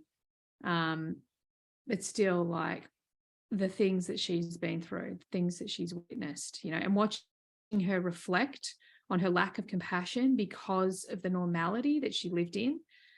It was just crazy, like she tells this story about how she watched this young boy begging for food, and he was so malnutrition that his skin, like when you get really malnutrition, your skin just basically disintegrates. And when old people get thin skin, it's that same thing, but it just till it disintegrates. And she said she watched this boy beg for food as his organs were coming out the back of him, and there were rats and animals feeding on them, and she felt nothing. She felt absolutely nothing. And to watch her reflect on it now, because she's got context of that atrocity and living in that environment where there were just dead bodies all the time, like they just wanted to keep them in terror. Like she even says that you can tell a North Korean, South Korean, oh my God, now I'm really confused. You know which one I mean. Thank you. By the tone of their voice. So they used to go around and get North Koreans that had crossed the border, and they could catch them because they could tell by the tone of their accent, because they have a tone of terror in their accent, because they're so terrified. Like, what the fuck? Like, it just blows my mind that human beings can do this to other human beings. It just blows my mind. And she's, as I said, she's just an incredible human being. So incredible. I mean, whenever we talk about these regimes or situations, it always, for me, the next question in my mind is, what can we do about it? And where is this happening here? In wherever it is that we live, and whatever sphere of influence we have, we don't have a huge amount of sphere of influence on that regime necessarily, but that the numbness that is engendered by being in such a horrific fear state, like you say, she was unable to feel. We all experience that. All of us look at people who are suffering and we can't feel it. It doesn't move us to action because we don't feel it strongly enough. If we could feel it, there'd be no injustice in the world. There would be no poverty. There would be no cruelty, because we would feel it as if it was happening to our own bodies or our own children, and we wouldn't stand for it, So because everything affects everything else, we can affect that by allowing ourselves to feel the discomfort of pain and suffering around us and do something to change it. I totally agree. And for me personally, it's like, wow, so many of our conversations, especially in my zone of influence, we talk about getting out of our comfort zone and being authentic and living a free life. Like, God, if you're really worried about being seen or making a mistake, like, this is such a context for me that I'm like, wow, it's so not life and death for us. Like, it definitely makes me think more about really speaking up. Like, if she's lost her entire family, her mum and her sister got out, and everyone else has been executed because of what she's done. And like, that choice to go, shit, do I tell someone who can potentially help me change this, or do I just stay quiet because that's the way the regime has manipulated everyone? Like, what a courageous individual. Like, mind blowing. In an ideal world, as soon as any one of us has enough, we would immediately turn our attention to those who don't. Yeah. That would just be the way it is. You know, you'd be like, okay, got enough food, got some savings in the bank, got a place to live. Everyone, my dependents are all provided for. Okay, who hasn't got enough? That would be, you know, exactly the way we would function. But, you know, a lot of us don't. We get what we need and we keep going and we keep going and we keep going because 28 is pushing us to say, you might not survive. You might not survive. Yeah. And, you know, our conditioning, I feel like that 28 piece is also a large part of our conditioning, and we have to choose to find the meaning, the bigger meaning. Yeah. So I'm going to bring us back to the track. city. Yeah, do it. Back to the Siddhic level of immortality. Because what we're talking about is very, very mortal. Yeah. So he talked about in the totality, in the gift, about the essence of bringing yourself into the moment. In the Siddhic level, he says, when the human mind imagines the concept of immortality, it does so from within its own limitations. The mind can only conceptualize something within time. So it sees immortality as time that stretches forever into the future, forever and ever. This is why the mind cannot really grasp what immortality means. True immortality is actually the cessation of time altogether. This is the only way to escape death, to live so entirely within the present moment that death cannot exist. This is why the gift of totality must eventually lead to such a state. Whereas totality means to live life to the utmost, immortality means to die into the everlasting moment. Wow. I like that. So true, isn't it? Because it's just like little simplify me. It's like that total surrender, the total death of the ego. Mm-hmm. That's what he's talking about. And this came up for me personally, and then, as always is the case, then also clients come with the same issue. And it's this. I've read a book called, come on, Jenny, Stolen Focus, Why You Can't Pay Attention. I don't know if I've seen that. I haven't read it. Yeah. I've seen it, but I haven't read it. It has changed my view of purpose in life. Really actually changed it, because it's helped me to contextualize what's happening to us as a society. And when you realize that your focus is deliberately being stolen, you become very militant in taking it back. Yeah. And part of the reason I think that we don't feel fulfilled, we don't feel that we're on purpose, is because you really only get that feeling of purposefulness in your actions when you're completely immersed without distraction for a long period of time, you know, flow state. When you're really, whatever it is you're doing, you're not checking your phone, you're not even listening to a podcast, you're just in it, you're just doing the thing. Your attention is unified with the action that your body is taking.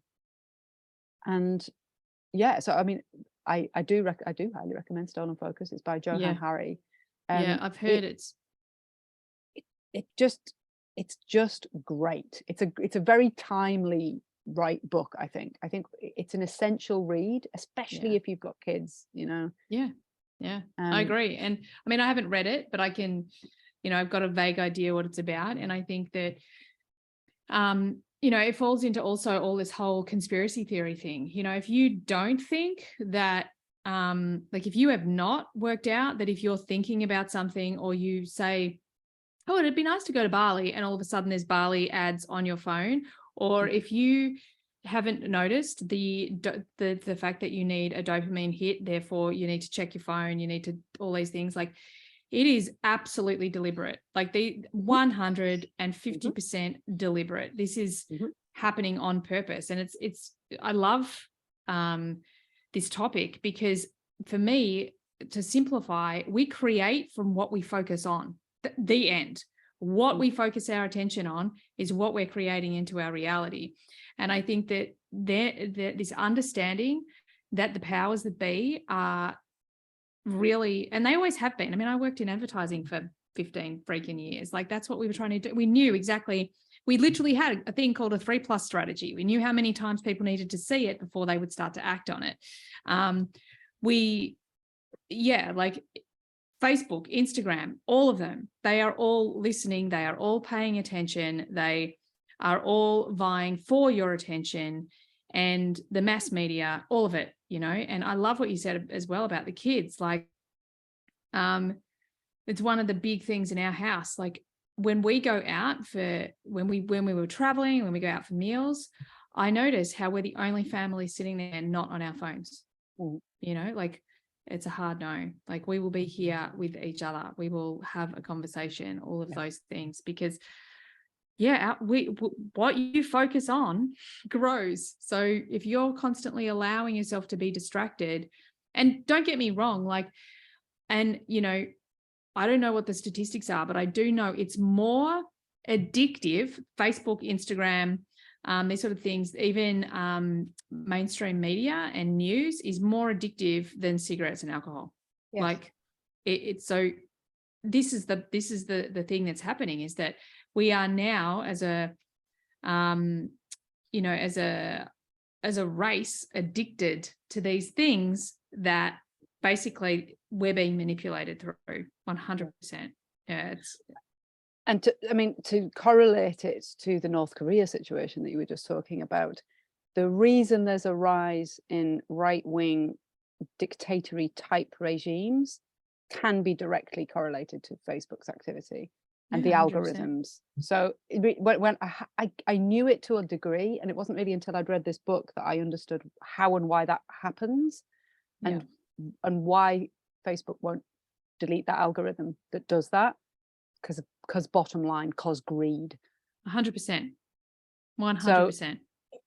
So to be informed, like, one of the things that the author talks about is how when we, as a global consciousness collective, can agree for the most part on something, we can change anything. So he uses the example of compact fluorocarbons, you know, the CFCs that were the gases that were in. Yep. We all understood the science. It was clearly presented. We all understood the impact of those things. And we collectively, globally, as a people, said to the manufacturers, we are not going to tolerate these products anymore, because we would like the ozone layer to remain there, please. What this algorithm is doing by dividing us into factions means that we can't all get behind the really important science, like to force our governments to take the actions that they need to take to avoid catastrophe. There is a direct correlation between the algorithms that Zuckerberg et al. Use to make money for themselves to the breakdown of our ability collectively to unite around basically the science. So if you look out at the world and think, oh my God, what is happening? What can I do about it? Reclaim your focus is the number one thing I think that any one of us can do. And it's really where all of my attention is going now, to reclaim all of my own focus. Yeah. So that it's not being stolen by algorithms. Yeah, absolutely. I couldn't agree more. And it's, you know, like, for so long I was so naive, you know, and I was kind of like, oh, they wouldn't do that. Yep, they're doing it. They're absolutely doing it. And they're doing it to manipulate governments. They're doing it to manipulate big business, laws. Like, we're destroying we could heal the planet in a decade by changing farming practices. Like, it is actually that simple. But no, like you say, like, and this whole fucking misinformation bullshit, like, they're the ones with the misinformation, like manipulating what people can actually talk about. It's just so wrong. Anyway, we've got off topic. We are where we are. We are where we are, and we have some indication of what we can do individually to get back to some sort of sense of, like, if you think of, I was reflecting on pre-internet world and how, I don't know, I was happier, more relaxed, just I would get absorbed in stuff for weeks. I'd do some kind of craft activity for weeks. I love that. So yeah. So yes, we've slightly diverged, not really off topic, but I think we've gone all the way around it and back. Okay. So that's where the South Node is. 28. What is all this thing around purpose? Just learn to be utterly present in the moment is basically the long and short of it. And stay there. Yeah. All right. So I'm just going to dally out to the outer planets. We've got Saturn and then Pluto that I'm going to talk about. So as I mentioned earlier, Saturn, we talked about with the whole Prince Harry revelation type thing about Saturn's activity in gate 49. Talk about focus and Harry thing. Isn't this fascinating? Like, I'm sorry, I just have to quickly jump in because he's off again. Yeah, I am. I'm off again. I'm on one because like literally Coop says to me last night, he goes, oh, apparently Harry's book's not doing well. I'm like, I slap my forehead. I'm like, are you fucking kidding me? It's a royal book. It's doing really, really, really well. But the media don't want you to think that because he's telling everybody what's going on in the fucking media. Like, oh. But anyway, back to you. It drives me crazy because it's there in black and white, but yet people don't fucking believe it. Like, it drives me crazy. Use your strategy and authority, people. Listen to yourself. You know shit. Okay, it's your turn. Wow, she's really shouting. Oh, it fucking pisses me off so much. Gets me fired up. Okay, so Saturn was doing that for a bit in 49, shaking up the old order, revolutionizing tribal principles. Last time we talked about Saturn in gate 30 as the one clinging desire that everyone has. I postulated that it was world peace and an end to fighting, but I've also actually, what I've noticed in listening to people talk about and watching my own desire, like deep desire, the most expressed but least acted on desire that I've witnessed probably over the past decade or so, but it's really coming up right now in conversation, is the desire to have a small place in the country and grow vegetables. The desire for a simple life. This is, I keep over and over and over, doesn't matter what generation the person is, over and over people like saying, I just, you know. I literally had this conversation with a friend of mine who's my PT the other week. She said, can we have a corner of your property? I'm like, yep, sure. Yeah. Over and over and over. Some people are doing it. A lot of people just talking about it. Going back to their city life, getting distracted, letting their rural dream fester away. But I wonder about, like, I'm not judging. I've got the same bloody desire, you know. I've had the same desire for 20 years. Still no invitation. So, you know, I wait. I continue waiting. But it's like, when I think about what does this mean, I often feel like the earth expresses her desire through us. Like we are earth. Everything I've ever eaten is earth. My body is made of earth. I am earth. Part of me is earth. And the repetition of this theme, I just feel like there's this earth expression, like the earth just saying, guys, I would love it if you would all really connect to me every day. If you would allow me to personally nourish you. Like for you and me to have a very close relationship whereby you put a seed in me and I give you food. So yeah, I can really feel that. And I just hope that enough people who are feeling that desire actually follow through. Actually find a way to do it. So want to rant again. But I mean, again, this is the whole, you know, what's his name from is it the World Economic Forum? This is exactly what Facebook, what all of these groups are doing. They want to bring everyone back into a centralized place. These 15-minute towns that they're talking about in Europe, like, no. Like, no, we want to live on our own terms, the way we want to live. We want to grow plants that aren't fucking poisoned or manipulated. We want to be who we want to be and live life how we want to live life and get the fuck along with everybody else, because that's what we are fundamentally designed to do. Don't even get me started. It's this whole, again, like the manipulation of driving people back into cities to live in little fucking boxes and eat food that's going to kill them. Like, stop it. Go live in the country, people. Listen to Jenny. She's wise. I'm a bit ranty today, aren't I? A little bit. I'm enjoying it. Okay, so that was my observation of the desire. Now Saturn on the 9th of March is moving into gate 55. for a couple of months till the 5th of May. From an astrological perspective, I've got a little theme going this podcast about the correlations. So this is the movement of Saturn out of Aquarius and into Pisces. And I'm going to switch just for a moment to astrological language, because I think there's something really interesting to do with this discussion about how do these gates correlate to the astrological meanings. So my source here is the wonderful Pam Gregory, who I follow as an astrologer, and she's talking about Saturn in Pisces, which is a longer transit than just Saturn in gate 55, which we would talk about from a human design perspective. But they are interesting bedfellows. Saturn, boundary, order, structure, container, that kind of thing. Pisces, unbounded water. Saturn is structure, Pisces is water. Together, they are structured water. Sound familiar, Emma? Structured water? Oh, yeah. Anyone? Bring that on. Change your world, that shit will. The analemma. So, I love it. Yeah. So structured water is a potential impact of Pisces and Saturn together. Science, Saturn is associated with science and logicalness. Pisces is deeply spiritual. Gate 55 is deeply spiritual and abundant. Are we going to see an abundance of scientific proof for spirituality in the next years? Yes. Potentially. Mm. Pisces Seiko says yes. Seiko says yes.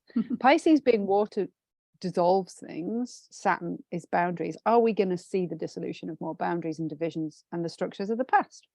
Probably. Yes. Especially if I keep ranting like this. Saturn is linear time. We've come full circle. Are we going to see a dissolution of our own conception of time? It's already happening. It's already happening. So lots of interesting questions and potentialities when you just look at these themes. Saturn in Pisces, structure in water. When we come to gate 55, that's the opening act for Pisces. To give you the full correlation, Pisces as an astrological sign incorporates 55, 37, 63, 22 and 36, all of which we've talked about because it's all related to this emotional solar plexus. Of course, Pisces is deep water. Water is a sign of emotion. So you can see why the emotional solar plexus gates would be in this theme of Pisces. So in human design terms, the period of Saturn over the next 2 years, lots of emotionality, lots of spirituality, artistry, creativity, which is gates 55 and 22, lots of compassion and empathy, gate 36, lots of generosity, gate 37, tribal gate, friendly, providing for others. So where Saturn's been kind of assessing the revolution of principles in gate 49 and 13 before that, deep listening, when now it's almost like we're coming into a flourishing of the good stuff, you know, the spirituality, the artistry, the creativity, the compassion, the empathy, the generosity, all of that.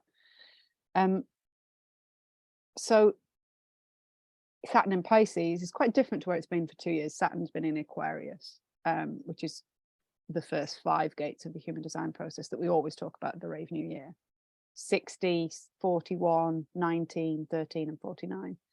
When I look at the mandala, when I look at the movement of the planets, when I see the positioning of the planets, like in fact, all of the outer planets are on the right-hand side of the wheel when you look at it. They're in the quarter of initiation or about to be, because Pluto's almost there. But it's all happening in the initiation. All the outer planets, these big eon shifting influences are all over in the quarter of initiation. So yeah, so that is Saturn in gate 55, which we've got on for a couple of months, which should be nice, should be interesting. Sounds fun. And then Pluto, like I said at the very beginning, it's in gate 60, line 4. It's literally on the cusp of Capricorn and Aquarius. We've all heard of the age of Aquarius. The dawning of the age of Aquarius, if Pluto as the outer force is the unavoidable governor of the cycle, and it's March 23rd, this March, marks the first moment that Pluto is going to enter Aquarius. Now, because of retrogrades, it's going to go back and forth over the cusp of Aquarius to Capricorn and back again until November 2024, where it's going to stay in Aquarius for 20 years. So we've got this closing off of the cycle from Pluto. We've got the themes of death and rebirth, like at the end of the human design cycle, which is gate 16 to gate 41, which is what Pluto is in the process of doing in the next couple of years. By 2024, at the end of 24, we'll be away in 41, gate 41, and away we go. So the next 20 months is bringing to an end this era of like the themes of Pluto, exposing deep truths of the structures that limit us, which is the gate 60, this limitation piece. We've already seen the exposure of the dark truths of power imbalances in all kinds of arenas. And you know what you were talking about earlier with the North Korea piece is exactly that. It's the exposure of a dark truth about a power imbalance, about a massive limiting structure. Yeah. Bringing to light all of this misconduct that for sure the perpetrators hoped would be swept under the carpet. And Pluto says, I am the bringer of dark truth. I'm going to expose you. Yeah, bring that shit on. So it's so interesting how radically this transformation is happening. Like if you watch TV or film from like even 5-10 years ago, it's like so much. it doesn't stand up to new standards of dignity, acknowledgement of personhood, acceptance. It's cringy sometimes to go back and watch something from not like programs that we love, films that we loved, and you watch it and you're like, oh wow, that must have been painful for some people watching that. Yeah. Oh, I couldn't agree more. It blows my mind how far we've come in such a short period of time. You know, now entertainment is definitely an example of that. You know, things that we laughed so hard at. Like I think about the young ones, you know, like I know that the young ones were politically incorrect then, but like Jesus, so wrong on so many levels.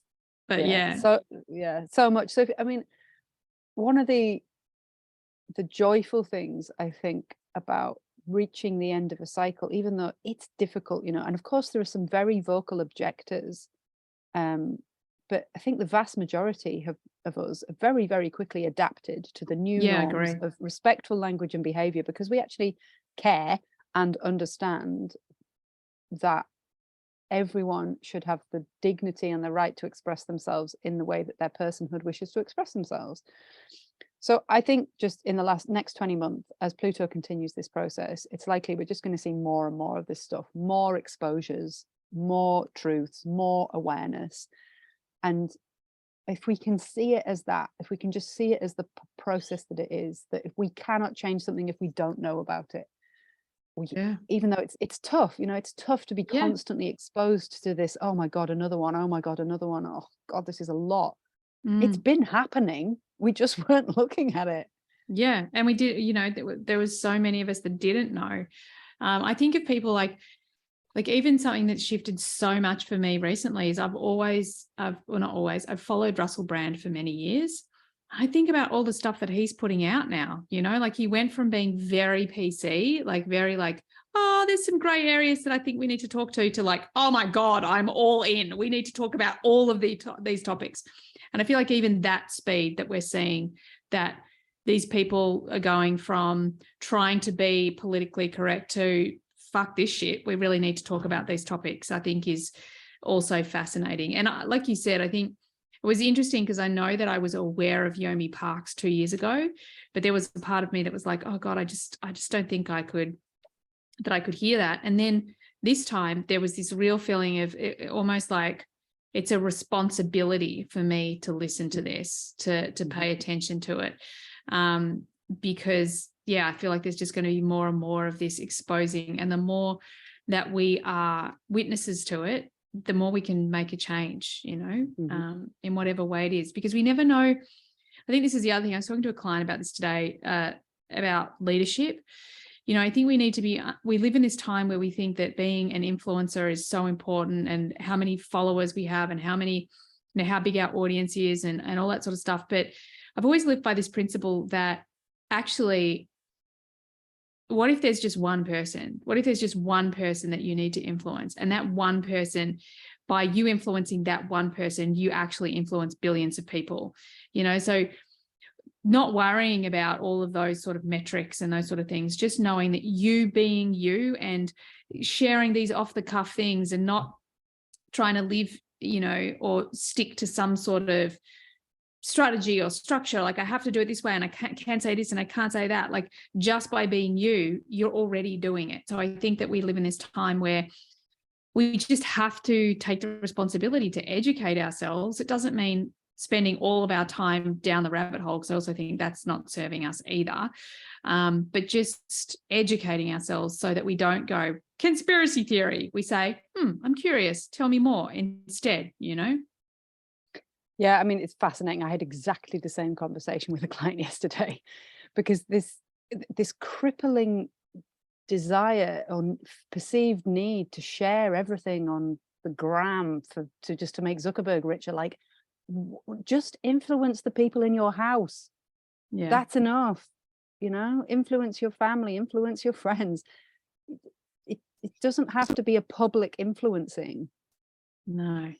In fact, it's probably better if it's a private influencing. I'm very private. I don't share much of my life publicly, because I know how easily my ego will be attached to that process, and it provides a metric that I don't think is real. A sort of massive solar flare could take out all of the Instagram and all of that in a second. And what would we be left with, Oh my God, don't even get me started on people's identities attached to their Instagram, whatever. And while we've been talking, speaking of all of this stuff, my phone has literally died. Like, I'm sitting here, it's like, fine, you don't need me, then I'm dying, and it won't turn back on again. So okay, I'm like, this is curious.